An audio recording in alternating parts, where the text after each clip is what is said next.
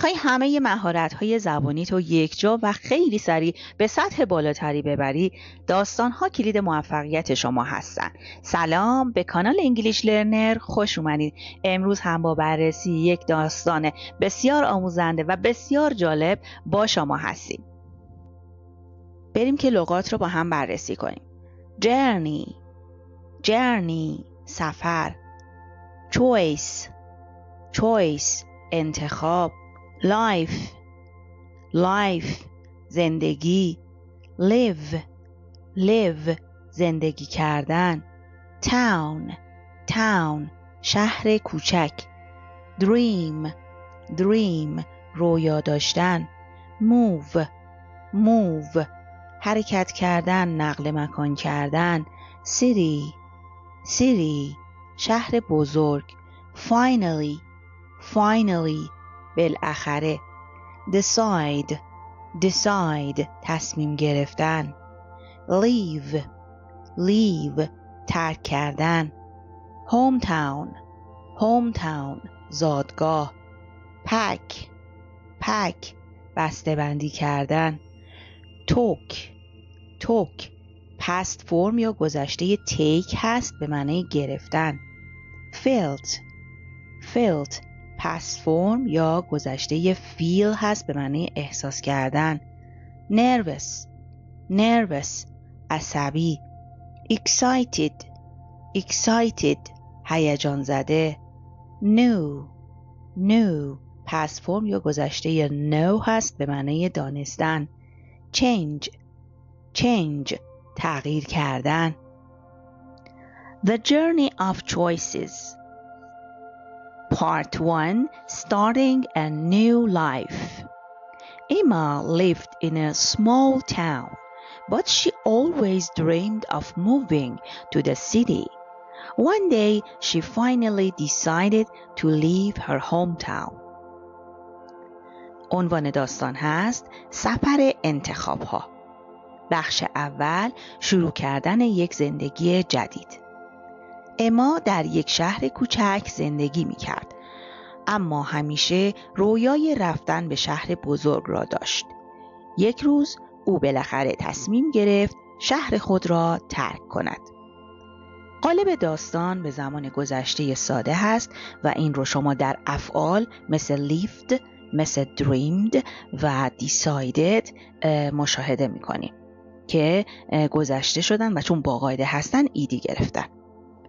نکته بعدی always هست که در اینجا با زمان گذشته ساده اومده و میتونه بیاد جایگاهش هم اگر شما فعل کمکی داشته باشید در واقع بعد از فعل کمکی قرار میگیره. اینجا فعل اصلی دارید، قبل از فعل اصلی قرار میگیره.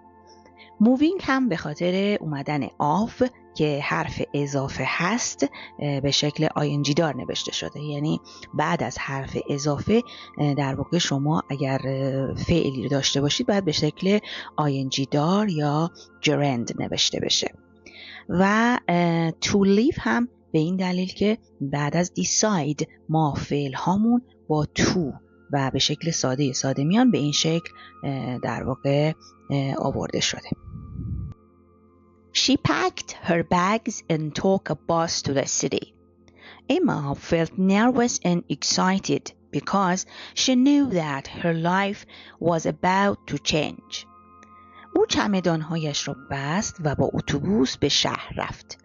اما احساس ترس و هیجان داشت چون می‌دانست که زندگیش در حال تغییر است.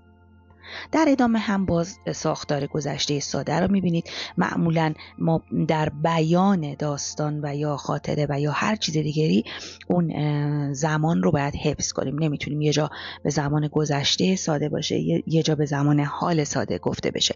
اینجا ساختار باید حفظ بشه. packed، took و felt و knew فعل هایی هستن که به زمان گذشته ساده در واقع آورده شدن که packed در واقع با قاعده است و بقیهشون took و felt و در واقع knew بی قاعده هستن و به این شکل نوشته شدن. و در واقع nervous و excited هم صفت هایی هستن که هرچند جایگاه صفت قبل از اسم و بعد از فعل to be هست، اما یه سری افعال مثل feel هستن که بعدشون صفت آورده میشه. یعنی feel nervous و feel excited بوده که به این شکل به زمان گذشته در واقع آورده شده. و اما لغات قسمت بعدی: arrive رسیدن، everything همه چیز، building ساختمان، street خیابان، full of پر از، need نیاز داشتن، pay پرداختن، rent اجاره، look for جستجو کردن، found past form یا گذشته find هست به معنی پیدا کردن، get به دست آوردن، hour ساعت، long طولانی. Part 2. Life in the city. When Emma arrived in the city, everything was different. The buildings were tall and the streets were full of people. Emma needed a job to pay for her food and rent. بخش دوم: زندگی در شهر. وقتی اما به شهر رسید، همه چیز متفاوت بود. ساختمان ها بلند بودند و خیابان ها پر از مردم. اما برای پرداخت هزینه های غذا و اجاره نیاز به شغل داشت. خب در مورد نکات این قسمت باز هم ساختار گذشته رو شما در فعل های arrived، were دوم و needed مشاهده میکنین که به شکل گذشته شدن. نکاتی که در اینجا قابل اشاره هست در واقع tall صفت که بعد از فعل to be were اومده، full صفت بعد از فعل to be were اومده که در واقع یا و different هم بعد از فعل to be was اومده که نشون میده ما بعد از افعال to be در واقع صفت رو داریم و حرف اضافه این قبل از the city، قبل از شهر حرف اضافه این به کار برده میشه. و نکته بعدی که میشه بهش اشاره کرد to pay هست. با اینکه بعد از need یه مفعول اجاب شما دارید، باز هم وقتی میخواد فعلی بعدش بیاد اون حالت با توش حفظ میشه، مثل decide need to pay. After looking for a job for many days, she found work in a small cafe. Emma was happy to get the job, but the work was hard and the hours were long. بعد از جستجوی زیاد شغلی در یک کافه کوچک پیدا کرد. اما خوشحال بود که کار پیدا کرده. اما کار سخت بود و ساعتها طولانی بود. نکاتی که در این قسمت میتونم بهش اشاره کنم، looking در واقع حالت gerund هست که بعد از after اومده، چون بعد از حرف اضافه اگر فعلی بخواد بیاد به حالت gerund یا ing دار میاد. و found هم باز در واقع فعل find هست که گذشته ساده شده چون بیقاعده است و باز هم اومدن صفت‌هایی مثل happy و در واقع difficult بعد از فعل‌های to be هست. عذرخواهی میکنم hard و long بعد از فعل‌های to be هست. was hard، were long، was happy که باز هم در واقع جایگاه صفت بعد از افعال to be برای ما مرور میشه. و اما لغات قسمت بعدی act به معنی کار، عمل، kindness لطف، try سعی کردن، weak به معنی ضعیف، push به معنی هل دادن، dear عزیزم، important مهم، realize فهمیدن، even حتی. Part 3. A small act of kindness. One evening, Emma saw an old woman trying to open the cafe door. The woman was too weak to push the door. Emma helped her and the old woman smiled. بخش سوم، یک کار خیر کوچک. یک شب اما دید که یک زن مسن سعی می کند در کافه را باز کند. زن ضعیف بود و نمی توانست در را باز کند. اما به او کمک کرد و زن مسن لبخند زد. در مورد ساختار این قسمت باز هم فعل‌های so, was و helped و smiled ساختار گذشته رو دارن، گذشته ساده رو دارن و try با to به open وصل شده، هرچند که خودش حالت گذشته استمراری رو در واقع داره ولی با to به فعل بعدیش وصل شده. ساختار was too weak to push، to به علاوه adjective به علاوه to در واقع ساختاری هستش که استفاده میشه برای اینکه حالت نشدن منفی رو بگیم. مثلا the woman was too weak to push، خیلی ضعیف بود که در رو هل بده، یعنی نمیتونست معمولا. یا اگر بگیم که she was too old to walk، و خیلی مسن بود برای راه رفتن، یعنی نمیتونست، یعنی یه جور نشدن و نتوانستن رو نشون میده و همیشه هم به همین شکله، یعنی تو به علاوه صفت به علاوه to به علاوه در واقع فعل میشه و ساختاری هستش که بر حالتهای نشدن و نتوانستن و کلن حالت منفی استفاده میشه. She said, "Thank you, dear. Kindness is important." Emma realized that helping others is important even when life is hard. او گفت ممنون عزیزم، مهربانی مهم است. اما فهمید که کمک به دیگران مهم است حتی وقتی زندگی سخته. باز هم ساختار فعل‌ها said به زمان گذشته است، realized گذشته ساده است که در اینجا در واقع استفاده شده و به اومدن صفت بعد از فعل to be is important بعد از is اومده و important دوم به همین شکل و is hard هم صفتی هستش که بعد از فعل to be در واقع is اومده.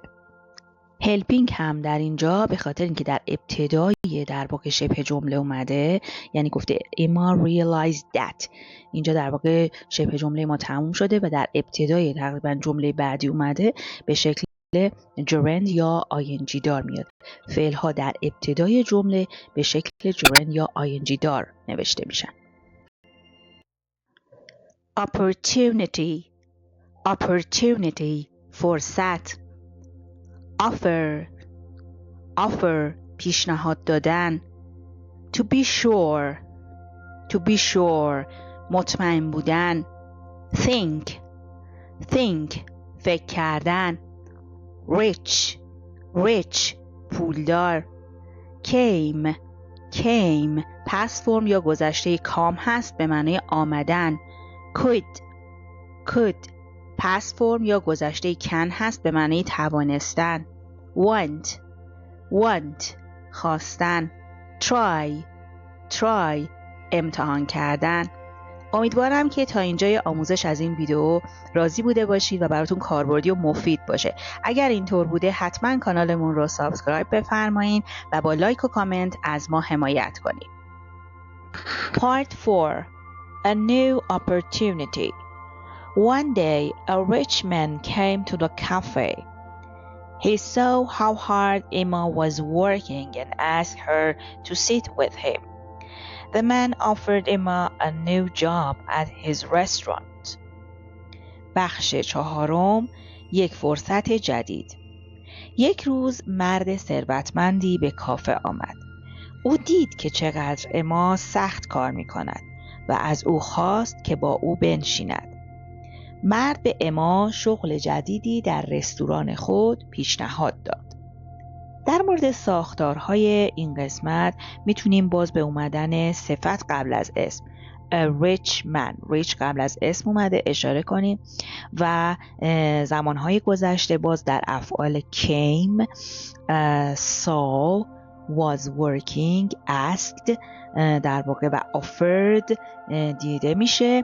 و اینجا یه دونه was working دارید، گذشته استمراری دارید که دو عمل وقتی در زمان گذشته هستن در واقع میتونه یک طرف زمان گذشته استمراری باشه و یعنی اما مشغول کار کردن بوده و اون آقا دیده عمل دیگه اون رو قطع میکنه، به شکل گذشته ساده در واقع آورده میشه. نکته بعدی در مورد how hard هست که اینجا وسط جمله حالت پرسشی نداره. کلا کلمات پرسشی وقتی وسط جمله میان دیگه به اون حالت جابجایی فعل کمکی و فاعل آورده نمیشن. اگر اینجا رو ببینید how hard Emma was working، نه was Emma working، که به دلیل اینکه اینجا دیگه حالت سوال نیست، میگه دیدش که چقدر سخت داره کار میکنه. At first, Emma was not sure if she could do it, but after thinking, she said yes because she wanted to try something new. در ابتدا اما مطمئن نبود که بتواند این کار را انجام دهد، اما بعد از کمی فکر کردن قبول کرد چون می‌خواست چیز جدیدی را امتحان کند. در مورد نکات این قسمت باز هم ساختار به زمان گذشته ساده است و شما در افعال was، could، said، wanted در واقع این رو مشاهده میکنین. if در اینجا به معنای آیا هست. وقتی ما میخوایم بگیم که آیا در وسط جمله از if استفاده میکنیم. و نکته بعدی thinking هست که بعد از حرف اضافه after اومده به حالت ing دار اومده. و مورد بعدی هم to try هست به خاطر want در واقع فعلی هستش که بعدش فعل بعدی با to و به صورت شکل ساده آورده میشه. و اما ادامه لغات challenge چالش، difficult سخت، had to پس فرم یا گذشته have to هست به معنی مجبور بودن. manage مدیریت کردن. problem مشکل. solve حل کردن. quit رها کردن. remember به یاد آوردن. word حرف. treat رفتار کردن. worker کارمند. respect احترام. soon زود. became پس فرم یا گذشته become به معنای شدن. successful موفق. just فقط. proud مفتخر مغرور. far زیاد. new challenges. The new job was difficult. Emma had to manage many people and there were many problems to solve. بخش پنجم، چالش‌های جدید. کار جدید سخت بود. اما باید افراد زیادی را مدیریت می‌کرد و مشکلات زیادی را حل می‌کرد. در مورد ساختارهای این قسمت هم باز ساختار گذشته رو شما در was، had to، there were می‌بینین و had to گذشته have to هست به معنی مجبور بودن که بعدش شکل ساده فعل میاد. manage اینجا به شکل ساده اومده. problems هم به خاطر اینکه بعد از many اومده در واقع یه جور صفت شمارشی جمع هست، اس جمع رو میگیره. قبل از اینکه ادامه داستان رو با هم دیگه بررسی کنیم لطفاً حتما مطمئن بشین که کانالمون رو سابسکرایب کردین و زنگوله کنارش رو هم فعال کنید تا آموزش‌های جدید براتون ارسال میشه و بسیار ممنونم که با لایک ها و کامنت هاتون از ما حمایت میکنید. Sometimes she wanted to quit, but she remembered the old woman's words, kindness is important. Emma treated her workers with respect and soon the restaurant became successful. گاهی اوقات میخواست کار را رها کند، اما به حرفهای زن مسن فکر میکرد. مهربانی مهم است. اما با کارمندانش با احترام رفتار میکرد و به زودی رستوران موفق شد. ساختارهایی که در این قسمت قابل توجه هستند باز هم گذشته بودن افعال wanted, remembered در واقع هستند treated و became که یه سرشون با قاعدن ایدی گرفتن و یه سرشون هم که بی قاعده هستن و شکلشون تغییر کرده. بعد از want quit به شکل ساده و با مصدر با تو اومده. kindness به دلیل اینکه حالت اسمی kind هست پسوند NESS رو گرفته که یکی از پسوندهای اسم ساز هست. و successful هم صفت هست که بعد از became اومده. become از جمله فعل هایی هستش که بعدش در واقع ما صفت رو میبینیم. Part 6 Success. After some years, Emma became a successful restaurant manager. She looked back at her journey and realized that success was not just about money. بخش ششم موفقیت. چند سال بعد اما به مدیر موفق یک رستوران تبدیل شد. او به گذشته خود نگاه کرد و فهمید که موفقیت فقط در مورد پول نیست. ساختارهای مورد توجه در این قسمت عبارت years هست که اسم جمع شده، در واقع به خاطر اینکه بعد از سام اومده. سام هم قبل از اسامی قابل شمارش و هم قبل از اسامی غیر قابل شمارش میاد، یعنی بعد شما اگر اسمی که کانتبل یا قابل شمارش باشه رو به صورت جمع میبینید و اسمی که آن کانتبل یا غیر قابل شمارش باشه رو به صورت مفرد میبینید، مثلا some water. successful هم که قبل از صفتی هستش که قبل از رستوران منیجر اومده. رستوران هم اینجاست باز صفت محسوب میشه بر منیجر. و نکته قابل توجه دیگه باز ساختارهای فعل ها هستش که به شکل گذشته شده. looked, realized که با قاعده هستن و was و became که بی قاعده هستن.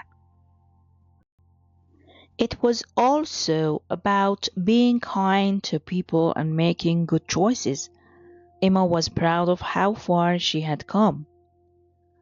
همچنین به مهربانی و انتخاب‌های درست مربوط است. اما به راهی که پیموده بود افتخار می‌کرد. نکات قابل توجه در اینجا being هست که بعد از حرف اضافه about در واقع فعل بیمون ing دار شده به شکل being در واقع نوشته شده و بعدش هم kind صفت اومده، در حال being به حالت ing در واقع فعل to be محسوب میشه و بعدش صفت رو شما میبینین. و making هم از اونجایی که در واقع دو طرف and ساختارهای یکسانی باید باشه، یعنی فعل پشت سرش being ing دار شده، فعل بعدش هم making به صورت ing دار یا gerund نوشته میشه. was proud of هم که در واقع صفت مفتخر بودن رو اگر بخوایم به حالت فعلی به کار ببریم با فعل to be به کار برده میشه. و ساختارهای گذشته‌مون هم که در واقع had البته گذشته کامل هست، had come و was گذشته ساده هست. از اونجایی که در واقع آمدنش در واقع قبل از اینکه احساس افتخار کنه و یک مسیر طولانی رو آمده، طول مدت رو نشون میده، اون طرف به شکل had come یعنی ماضی بعید یا گذشته کامل اومده، یعنی عملی دورتر در زمان گذشته انجام شده. به پایان آموزش امروزمون رسیدیم. بسیار ممنونم که تا آخر این داستان آموزنده و بسیار جالب با من همراه بودید.